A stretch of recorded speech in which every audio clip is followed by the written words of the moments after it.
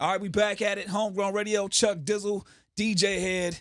Yo, this is a pleasure right here, man. It's been, some years? I think like 5 years since we talked to the homegrown homie who's in the building with us right now. He slid on over, you know what I'm saying? Having a Skanless Summer. Things is getting updated. Last time we talked to him, it was No Hooks, the EP. Right. We got TF in the building with us, man. Welcome. Welcome. What's good, man? Man, just take your hand down. Stop hiding your face from these ladies, man. Let them see I mean, shit, they know what's up. Turn like want them to see you, bro. Yeah. Where we on this? Yeah. Yeah. Yeah. Yeah, you feel me? Well, welcome to the show, goddammit. Yeah, nah, it feel good to be back. You feel me? Now, go ahead. I was gonna ask him how he feels because I, kind of went back and looked at the old interview just to kind of get a reference point as to like what was happening in your life at that point in time, and like, what do you feel like the biggest change has been from TF back then when you were working on the No Hooks EP to obviously now fast forward 6 years later. Shit, I done seen the world. You feel me? I done seen the world. Like even after that, like, cause with the blank face shit, clearly that was real big with my career. So even after that, I just capitalized on, even with meeting people, you feel me, tapping in, keeping relationships good, keeping relationships solid, building new ones and all that. So, from on that standpoint, that's just basically what I just been basing everything on, just keeping all the relationships solid. Like with every venture I'm doing, it's just like, all right, for sure, I'll tap in with him, and make sure shit stay tapped in. Yeah. Now you brought up the Blank Face tour. I definitely want to go back to that because that's a big deal. Not everybody, especially artists that are quote unquote getting going, get to experience tour like that. Nah, for sure. On that scale, national tour, international. You went overseas. Yep. I mean, that tour was stupid. I remember it was England, like Scotland, like we did Switzerland, New Zealand. Like it was stupid. Was on the road for like 9 months. 9 months. Yeah. What's the biggest thing? What's the biggest lesson you took from being on tour that long? Is it eating healthy? Is it staying in shape? Is it programming? What is it? All of the above. All of it? For sure, because you could get caught up every night. Drinking. Like, you're going to be lit every night for sure. Like by the second month, I'm like, I'm trying to go home. Yeah, feel right. I don't want to be by here the no second, more. But it was still so much that I haven't seen. Like I hadn't seen. I'm like, damn, if I'm feeling like that right now, it's like I gotta just step my shit up. Now, because I've been on several tours, right? And I always laugh at the tour rookies, not because they don't know what they're doing, but because they out there to have a good time, not a long time, right? So they wilding, partying, they staying up all night, drinking, hanging out, smoking, whatever they doing. And then when it comes time for that bus call, or when that time comes to get up in the morning and go do a promo or go to the radio station or you gonna get left. do counting or whatever, it's that reality kick in. Yeah. Have you ever being on that Blank Face tour with ScHoolboy Q? Was TF ever the guy to get left? Have you ever had to jump in an Uber? One of the homies, I ain't gonna say his name. One of the homies said he had to jump in an Uber for 200 miles to catch the bus. Ooh. Now I don't know what that Uber bill looked like. That's kind of sick. I never got left, but it's been times where that nigga was like, bro, if you're not back at a certain time, we out. Like we out. Yeah, for real, like straight up. Keep it real. Hey, look, you the homie, bro, but because like I said, I was tapping in with the people, so I'll be gone. Like I'll be in the middle of where the fuck we at, and we just hanging. I'm hanging, chilling, in strip clubs and all this. He like, bro, just make sure you back at this time, and we good. But other than that, we was working out. We was working out on the majority of that whole tour. We was all working out. Yeah, so we was working out heavy. Yeah. So what about the eating habits? Because I know, like on tour, bro, that Waffle House, the Denny's, all that shit get a good amount of your money. Because nothing be open in the middle of the night. Nah, but for the most part, I was fucking over the fruits in the rider. Really? Yeah. Oh, see, I hate niggas like that. Yeah. I mean, but I was still going crazy with all the other shit. Nah, but niggas on the tour bus eat all of the because the thing is, like, we somewhere and we stationary. Get your ass off the bus, go get some food. But if we moving, not on the bus. I'm talking about in the venues. And shit. Yeah, okay, got you. All right, so the bus stop was cool. Yeah, the bus was good. All right, bet. Yeah. Now, okay, one of the things that I kind of noticed is again, you talking about tapping in with people and really Yeah. solidifying those relationships. And I think that's one of the things that always stood out about you, in my opinion, is like you capitalize off that opportunity, but you didn't just say, okay, cool, I'm kicking my feet up. This is like, no, I'm mashing my feet on the gas and going and making sure I'm keeping my name relevant. Yeah. Was that something that you always knew from jump? Like, yo, once I get this opportunity, it's all go. Or did you have a fuck up prior to that, or something like opportunities that you missed out on? It was like, yo, I gotta get on when it happens again, or if it happens again, I'm making sure I'm capitalizing off it. Is this something that's always been in your head? Nah, that's always just been me. Mm. Feel me? Like you gotta maximize every situation. Like every situation, even before music, it's like, damn, I might never run into this dude again. Yeah. Feel me? So if this the plug and I'm only gonna get to see him one time, shit, nigga, what's happening? We'll run it up. You feel me? But Go ahead. But yeah, so like even the work I was doing and the relationships I was building, 2016, like 6 years later, like them, like I said, I just did a whole New York press run last weekend. Yeah. You feel me? And I'm like, and it's based on the relationships from then. Yeah. One thing I do appreciate about you, if I'm keeping it real, and I don't know if I ever told you this, but I love the fact that you just kind of like organically and you play your position. You don't like, you never overstep. You never like press nobody about like, hey, listen to this, check out my music. You never running up on niggas. You don't like, you've never been disrespectful to anybody. Now, I'm not even speaking for just me. I've seen you in other settings, with talking to other people in the music industry. You've never like got out in the pocket. You never pushed your line on people. It was more or less like even when I saw you in the studio, you was there with another artist. I didn't even know you rap. Yeah. Because you was just there with the other artist and you was letting that artist have their time. Yeah. And so you was just, I didn't even know that you were doing music at that point when I saw you in the studio that day. And I just always appreciated that about you. Hell yeah. Hell yeah. You gotta play, you gotta do you. You feel me? Like, you gotta do you. I'm sure you've seen it all though. I mean, just being around countless opportunities, countless situations, he's like, oh, he fucking up. He don't even know. Like, this is not the time to do that. You know what I mean? Nah, for real. I seen it all. I did it all. Yeah, he said I did it all. Yeah, I done fucked some shit up too before. Like, when did you know? Just, and it doesn't have to be super specific, but in a situation where you're like, yeah, I kind of played myself on that one. I'll never do that again. I don't really want to say I played myself, because I feel like every situation you could grow from. Right. You know, like especially in this what we do. Mm-hmm. You know, it's always gonna be a roadblock. Mm-hmm. You know, you just gotta figure out how to navigate around it. Mm-hmm. So I don't really feel like I ever got played or played myself in any situation. But at what point did you realize? Because one of the biggest mistakes that I see a lot of artists do is they don't realize that this is a music business. Mm-hmm. A lot of people had a love for the music, talented as hell, but they can't navigate throughout the music industry and the music business. Being somebody that comes from the background of streets and like you have morals, you have ethics, you get into the music business and the politics of the industry and things of that nature. Like, when did you realize, like, okay, this is what this is, and I have to kind of not act accordingly, but I got to play my position? Well, for a minute, like, you know, I've been rapping for a long time, since 2013. Mm-hmm. You feel me?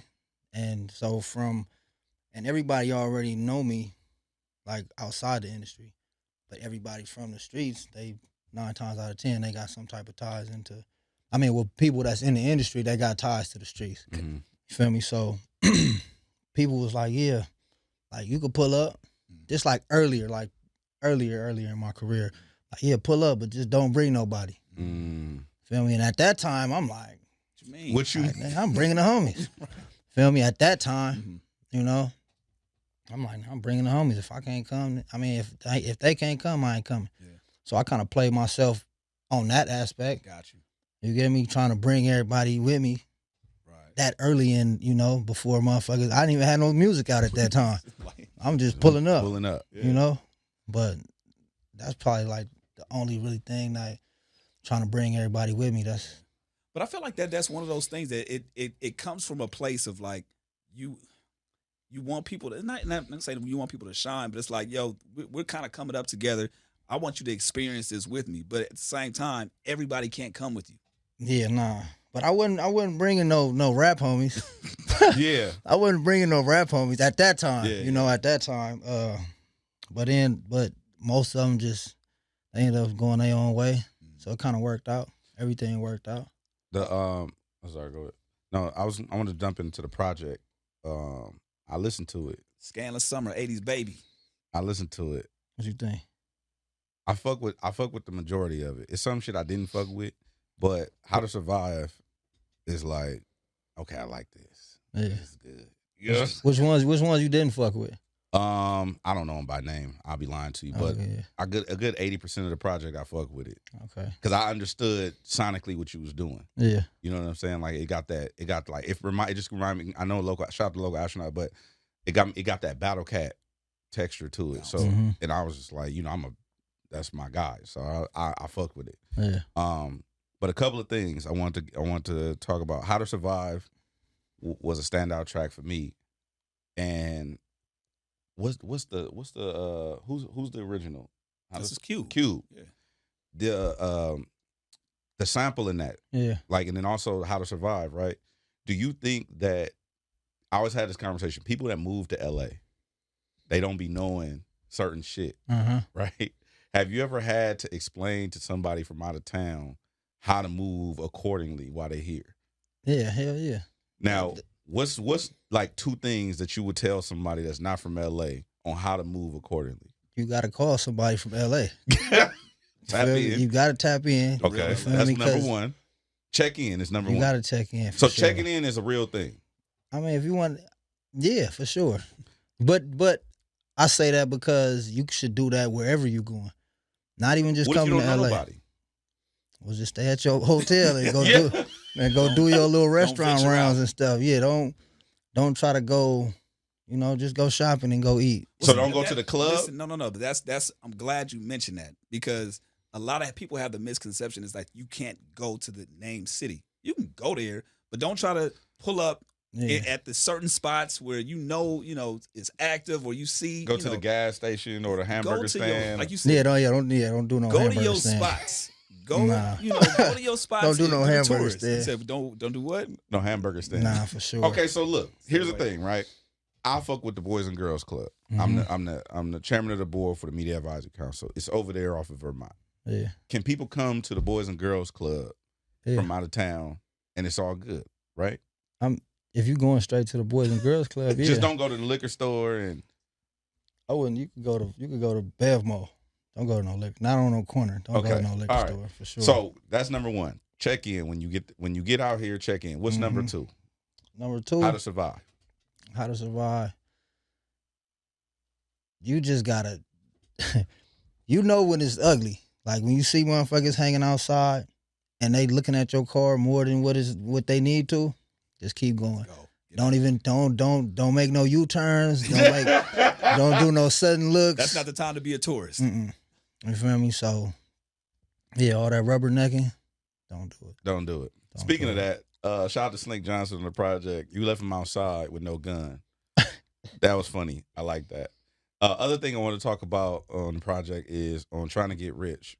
I like that song too. Yeah. I really like Trying to Get Rich because I felt like, I think, and correct me if I'm wrong before I ask you this, it felt like you put together the song before you started recording. Like you knew, like, okay, I'm gonna write this song. Yeah. It felt like a complete thought. Yeah. Like the way you went back into the hook each time.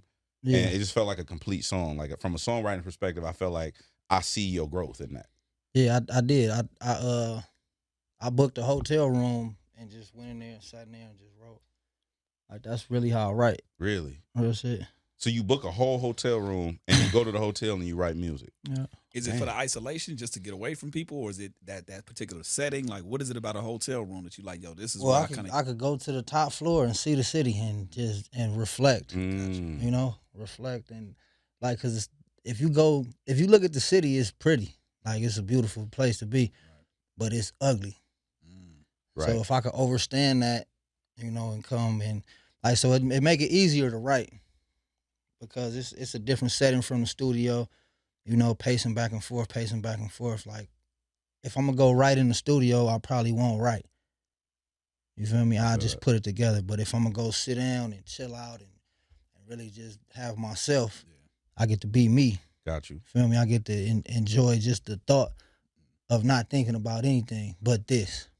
So that's how I did that. So I'm trying to get rich. One of the lines you say, turn family into customers. Mm-hmm. And I noticed that's a common thread amongst people who come from that world, right? I remember when we had Beanie Siegel up here, he was complaining about. He said he was like talking about when he grew up, you were being praised for being the person that served, not the person that was using, Yeah. right? And then I asked him this question, which I'm gonna ask you, is if you come up and you are the server or you're glorifying the servers, then at that point, who do you think you're selling to? It's the young generation that's coming up now. Those are the people that you were serving. So now those are the people that are the users, right? Mm-hmm. So what do you think about that?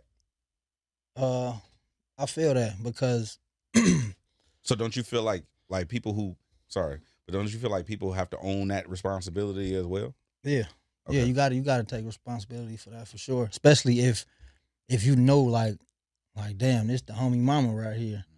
Feel me? And it's like this how always got this response like, damn, that's the homie mama. Like, and he was like, well, shit, she gonna get it somewhere. Damn. Right. It's not for me, Feel from me? somebody, yeah. I might as well. She might as well get it from me. Mm-hmm. So is that the mentality you think like universally? Like it's like, well, if they gonna do it anyway, I might as well be the person selling it. I'm pretty sure. I'm pretty sure that's the mentality of it. I mean, you hustling. Right. You gonna get your money by any means, because you got to feed who you need to feed, and you got to take care of what you need to take care of. So if it's gonna be shit $20, $30 coming from the homie mama, That's what it's gonna be. everything is scandalous. So I kind of feel like he expressed his thoughts on it. I honestly feel the opposite. I feel like it's your best work today, right? And I think maybe it's because I have a privilege of sitting down in the studio, kind of listening to it ahead of time and kind of hearing your thoughts too. So I want you to kind of express, what this project is, how what it embodies, kind of like your mindset going into creating it. Obviously, the team around it and how it came about, and what you want the listeners to kind of get from the experience of listening to Skanless Summer. Well, I'm glad that you asked me the guidelines. You feel me? Because that's basically what it is. It's a guideline of how to survive in LA. You feel me? Because that's really actually the first song. Yeah. The first song, the intro song, is the last song. Mm-hmm. Like if you're listening to it from a story point, the first song is the last song to the story. It just starts first. Right. Like it's like a movie. It's like I tried to make it like, what we did. Yeah, you I did. feel like You we tied did. it together I with feel like we the did a great skits job and on stuff. that. Yeah. But trying to make it cinematic, that's what we shot for, and so we let off with that one. But as far as like what we try to do, make a guideline to where it's like how to survive in South Central. Mm-hmm. So you got the story about niggas will do anything. You feel me? Then you got, oh boy, he fresh out of jail on curbside pickup. He fresh out, so he looking to get back to it. These is all like real stories and like real, like day to day in and out of not even just where I'm from, like as a whole, like Los Angeles. That's the day to day. What's interesting about this, man, is when I tweeted out or put it on Instagram that the project was out, somebody immediately hit me like the same day. And they were like, damn, this shit is fire, because literally I'm Miss Donna's son, right? So if people don't know about the project, like you kind of, the opening skit is, somebody gets shot, or you're talking about somebody passing away. All you talking about is Miss Donna's son, right? And for people that don't know, like that's the dude that he wasn't into the activity in the streets. He was just a bystander for all that practical purposes, right? Yeah. And this is what kind of kicks off a lot of the shit. And when you hear the project, you'll understand what I'm talking about. But for somebody to pick that up off the first listen, he's like, yo, I'm literally Miss Donna's son. Like, my mom's name is Donna. So I'm hearing this, and he's like, and I'm the dude that didn't. He's like, I went to school, I went to college. I came back home, like, but I stay in South Central. So for me, this shit is fire because this resonates on a couple of different levels. So it's like for somebody to catch that off a first listen, that's why I'm like, yo, okay, it's hitting people in a different way. You know what I mean? And I want you to know that. That's kind of sick, like, Right. to be Miss Donna's son, and he probably you know, he probably just missed a few times. Right. You know, he done probably been in all the situations, and you know, and just got by and got out, wiggled his way through. Exactly, but a lot of people aren't as fortunate, right? Yeah. And exactly, this is what kind of creates this turmoil. And again, when you dive into it, you'll kind of get these stories. And what I feel like you guys executed on. Shouts out to local astronauts. Shouts out to Doughboy. You know, the whole team. What you guys did, you did make it feel cinematic. Like from top to bottom, it feels like a cohesive project that you can actually like. You listen to it and kind of get all these experiences, whether you like it or not. It's more about kind of like the story and embodying those, and you know, the things that are taking place. So I salute you on that, just because I feel like that's not easy to do. You can be talented, you can create the hardest raps, you can even create the dopest songs, but to create a whole body of work like that, and for people to catch it, is something to kind of salute you on. You know what I'm saying? Yeah, so. Thank you. I wanted to tap into you just a little bit before rap, because I remember you saying that you started rapping. Well, you started taking rap seriously.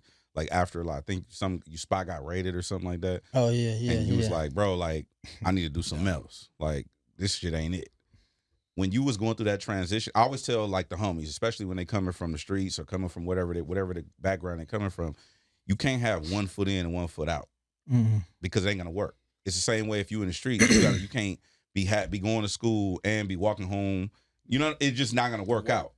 So when you made that conscious decision, was it a whole lifestyle change? Like, I'm gonna switch up everything. I'm cutting people off. I'm putting my money in this. Like, yeah, it was a big lifestyle change, because the shit I was doing at the time is why my house got raided. Right. But they just wasn't coming. They didn't come there for me. They came there for somebody else. Right. They just followed them there and found all yours. You get what I'm saying? Yeah. So they just followed them there, and I was like, but my reason for not being there was I was in the studio. Already messing with the raps. Yeah. So I'm like, because at the time I was rapping, but I really wasn't like, you know, I was really just doing this shit. I'm like, man, this shit busting right now. I'm finna keep doing this. Everything was good. Everything was smooth. Like, nobody knew nothing about nothing, you know. But I was rapping, though, at the same time. And I was like, damn, I ain't been in the studio in a minute. I'm going to go to the studio. Go to the studio that morning. Well, that next morning, because I stayed in there like till maybe like, I got the call 6 in the morning. I was in the studio all night. So I got the call 6 in the morning, like, yeah, they just raided the spot. They just raided the house. I'm like, damn. I just sat back and really thought of it, like, if I wasn't in the studio, I'd be in jail right now. Facts. I've been in the studio since. But were you on paperwork when you came home? Like, yeah, you still had to check in. You still had probation, or was it parole or probation? I was on parole. Okay, so that would have been like really. Yeah, it was over with. It was over with. If I would have been there, if I would have been there, it was over with for sure. So how do the homies take it when you do make that lifestyle change? Is it something that they understand, or is it like, no, what are you doing? I didn't have nothing to do. It wasn't even like, because the shit I was doing, it didn't have nothing to do with none of the people I grew up with or none of my peers in the streets or none of that shit. Like, you know, so but initially when I first came home, they was like, I told them like, yeah, I'm finna rap.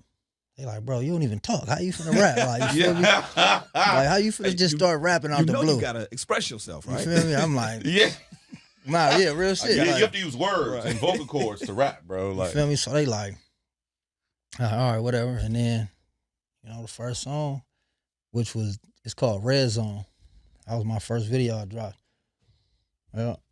But that wasn't when you weren't at that point taking it serious. At that point, I was just rapping. Right. You feel me? I was just rapping. But so what made you want to do that when is it because you came home from the pen and you was like, I want to just do something with my... No, I was rapping before I went to the pen. Okay. So everybody was like, oh, you dope, you dope, you dope. I'm like, all right, whatever. I went to jail and then I got better at it. So when I came home, I'm like, shit, I've been working on this shit for the past 5 years. I'm finna try it out. See what happens. Well, how did you stay sane while you was locked up? Was it books, raps? Yeah, I work out heavy. I was working out heavy, like heavy. Working out, training, reading a dictionary. You read the dictionary? Yeah. From the back?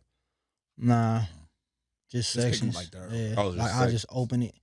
I just open it wherever it's at. I write whatever word stand out and define that word. Was that for more of a mental exercise or just to kind of pass time by? Well, both really, because most of my time in there, I was on lockdown. Mm. So I done been in like the spots for where I was at. I was on probably lockdown for maybe 2 years at a time at each spot. And I was Really? in there for 5 years, so Scandalous. it just broke up. Like, I mean, not me personally. I wasn't in there just going crazy like that, but Yeah. Eric But, you know, Thunderdome in that motherfucker. Everything. Yeah. Man. you know, but yeah. So just mentally preparing for what was next to come home. I remember. Do you have anything that you did that might have stood out to you, might have been funny or whatever? Because we had Boosie on come up here, and Boosie said he really enjoyed his time in jail. Like he was like, I enjoyed that shit. I'm like, really? He's like, yeah, I'll probably pranks I'll throw water on niggas. Like, you have anything like that, or is it just misery, or just like leave me alone? I'm doing my shit. Nah, it was. I don't want to say it was fun in that motherfucker, but you know, we definitely had to smile in that shit. You know, plus I'm in there with everybody I done grew up with. You know, so yeah, we was pranking Continuation shit. school and shit. Pranks. Yeah, we was pranking shit for sure. What's one of the pranks? And are you the pranker or are people playing pranks on you? Nah. You the They pranker? not playing pranks. they not He like, yeah, I'm shutting that down. Nah, I mean, but Leave him alone. Like Yeah, but late. I mean, like leave him alone. it wasn't like that, but yeah, I wouldn't. that nigga doing his push-ups. So leave him alone. nigga go Leave to him alone. Programmer So right look- now. Leave him Don't fuck alone. with TF. He programming right now. The Leave nigga him alone. go, dude, he bring his food to the table, right? He bring his food to the table, and then he leave like a spoon or something. He had to go back get a spoon or some juice or something, right? So we put mad salt on this shit. So he come back. He come back and he take a bite. He like, damn, this shit got. He like, this shit got mad flavor. I'm like, damn, this nigga for the pass out. But that nigga smashed it though. Like, this shit good as a. I'm like, damn. But yeah, that He shit ate the was, food. Like, bro, Frosted Flakes ain't supposed to taste like that. that's funny. Frosted Flakes are not salty, my nigga. Yeah, that shit was salty as shit. That nigga had some Fritos. Oh, man. What? Yeah. So okay, I like that. I like that a lot. Actually, I love that. No matter where you put people, they gonna figure out a way to get the joke off. Nah, for I sure. love that. Like you gonna find the light at the end of the tunnel. So when you finally came, well, first of all, going back, I remember you said when you were talking about, I think you was talking to T-Rail and you were talking about Nip, and you said that you wasn't a fan of Nip when you was in the pen, and you got on his shit later when you came home, right? Yeah. Because the shit that he was talking about early was like, hey, look, I can't fuck with this shit, right? Yeah. But when you did, To be honest, it really wasn't him per se. It was just where I was at. Hearing it. mentally, Yeah. got You you, feel me? So I'm in here, and you know when you in there, it's us and them. right? So, and like they blaring that shit on the tier. So I'm hearing it, and I'm like, feel me? So that kind of no, the look on your face, you didn't even have to say nothing. I know exactly what you mean. So I'm just like, all right.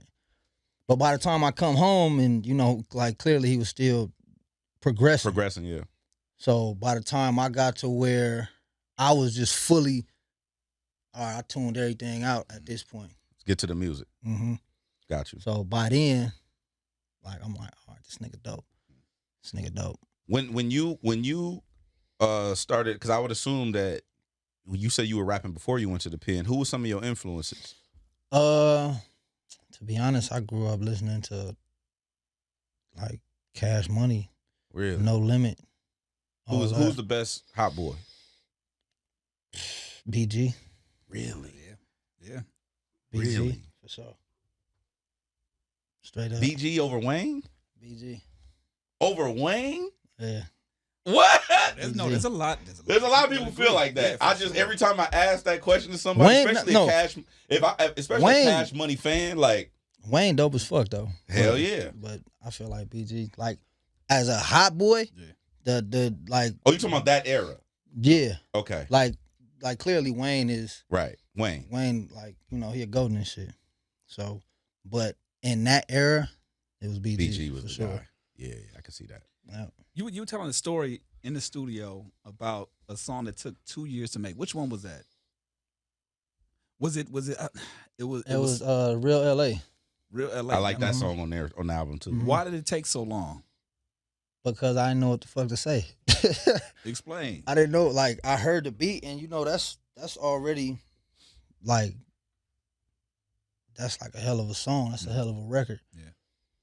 So I'm like, I can't just get on there and just play with it, So I was supposed to be on the first Scandalous Summer. I was supposed to be on the first one. And I was just like, nah, just put that to the side.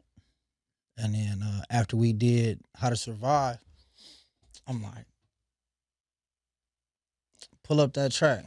He pulled it up, and from the gate, I always had Drebo in mind. Shouts out. So shouts out to Drebo. Always had Drebo in mind. So I already knew what I was trying to do. I just didn't know what to say. So at that point, it just something just struck off, like just. Yeah. So does Writer's Block work like that for you, or is there certain things that kind of like, do you have to hear another song? Does it have to be an experience that you go through that kind of like opens the floodgates, so to speak? Nah, because you got to think that was years. Yeah. So I could have got to that song. I just felt like that was the time. It kind of speaks to the way that you craft, right? Your process and the ability to not want to force it. You know what I'm saying? Like you could have easily, like you said, just threw it on there, just threw some whatever, but it kind of shows that of how serious you take it. You know what I'm saying? Another thing, I just want to salute you, man, because a lot of times, like, you don't necessarily hear that, and I think it's important that you know that the process and how you do this shit, like you got to take it, you got to take it serious. You know what I'm saying? A lot of people just do it because it's just whatever, but it's like, no, you're intentional about the music that you're making. Nah, yeah, for sure. Just like that Dick Tracy record. Mm-hmm. It took that shit took like 3 months to write. Crazy. Like after the first verse, like as soon as I heard it, I went right in. But then it's like, damn, how do I close that? You feel me? How do I close this? Yeah. Where does it even fit in with the album? Yeah. At that point, because that was like maybe the third, fourth song that I recorded. So it was just like, damn, where do this even fit in with the album?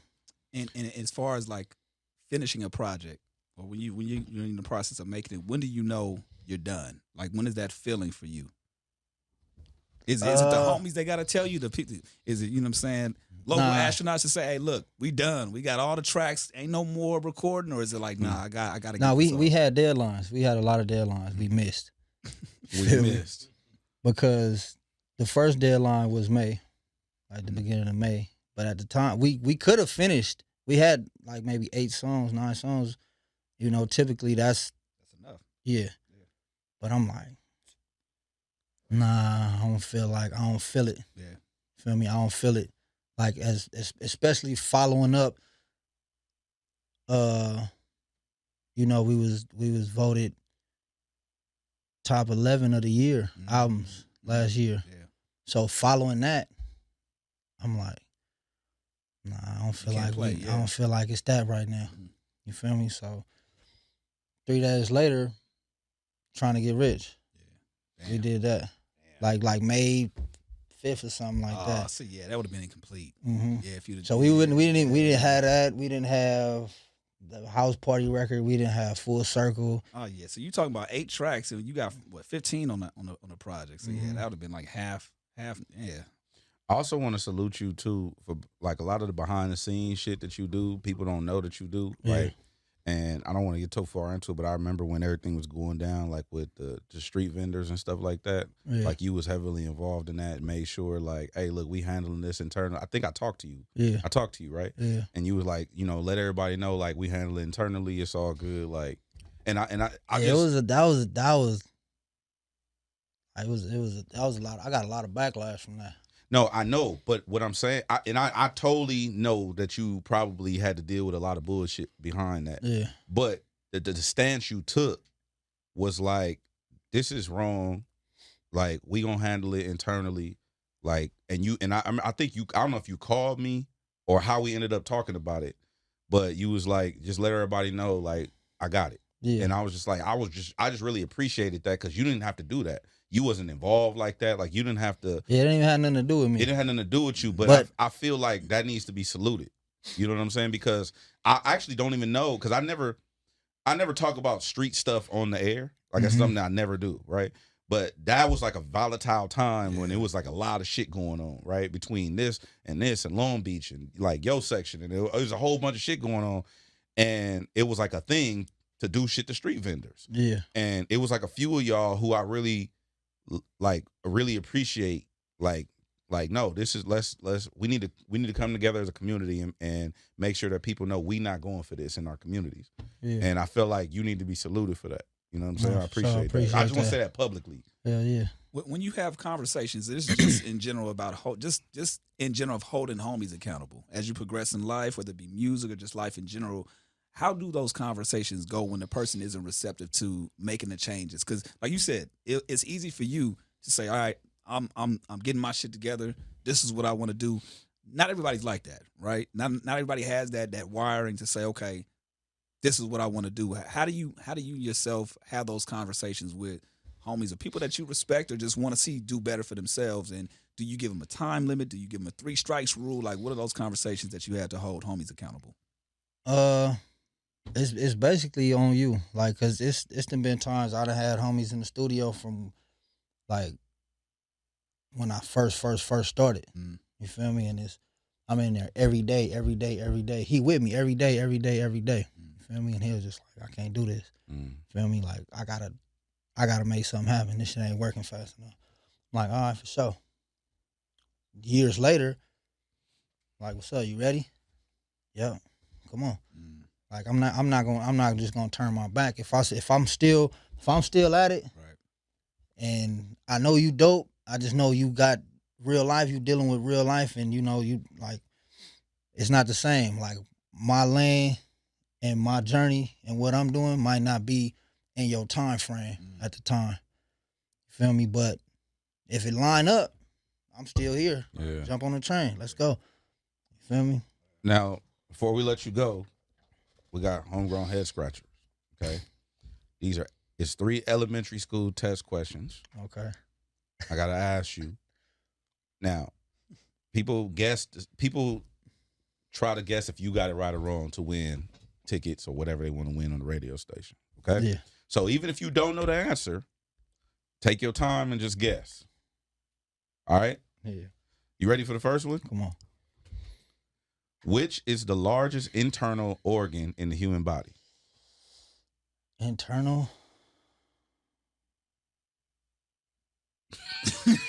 That's why I said internal, yeah. Yeah. You protect it with phone books. No, I'm fucking with you. Damn. I don't know. That's probably I guess.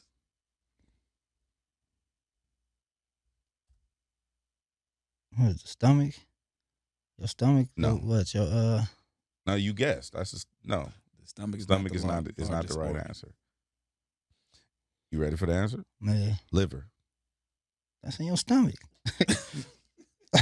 I was today years old when I found out the liver is inside the stomach. You feel me? That's right here. The liver is in the stomach. That's your final answer? Nah, we good. Okay. How many sides does a hexagon have? 6. You sure? That's your final answer? Yeah. It's 6. Boom.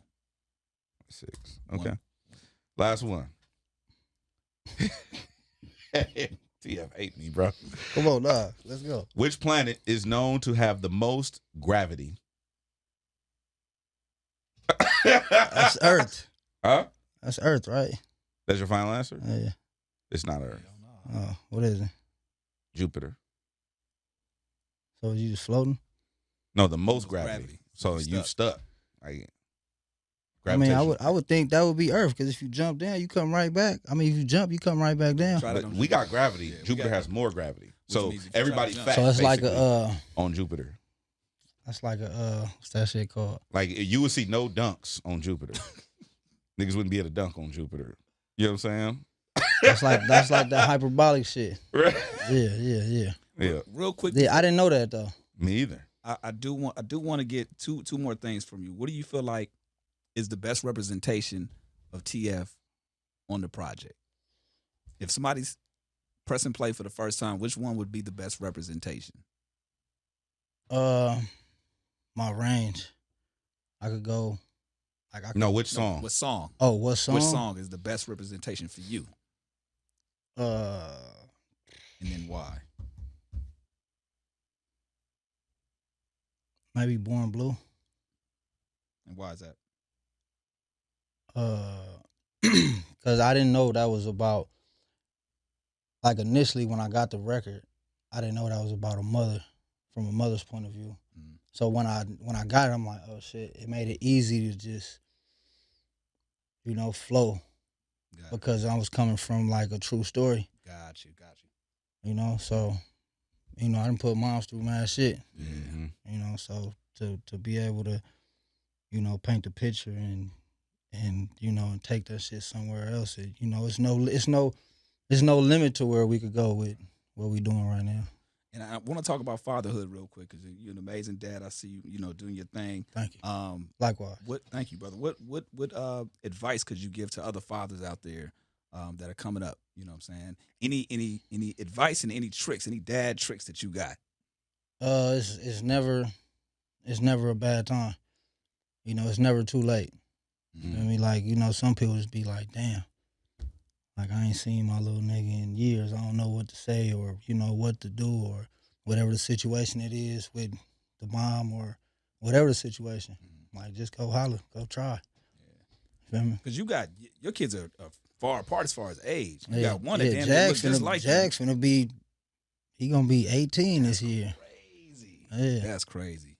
And Lil Mama's how old? 2. She'll be 3 September. Big range between that. What do you watch with the little one? What shows do you watch with her? Everything. Peppa Pig. Hey, that's the funniest shit, dog. Yeah. Peppa Pig. We talking Skanless shit, and he over there watching Peppa Pig. I love it. Chip and Potato. Yeah. I be really. I know all the songs and all the. That's my baby girl though. Yeah. Feel me? Like, and I was a different person when I had my first kid. Understandable. And he a little boy.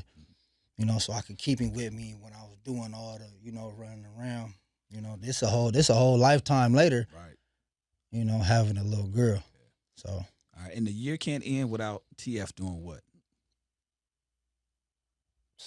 What's on your mind? What are you thinking about as we rolling this project out, or just in life in general? What's on your mind? Right now, the year can't end. We gonna shoot a short film.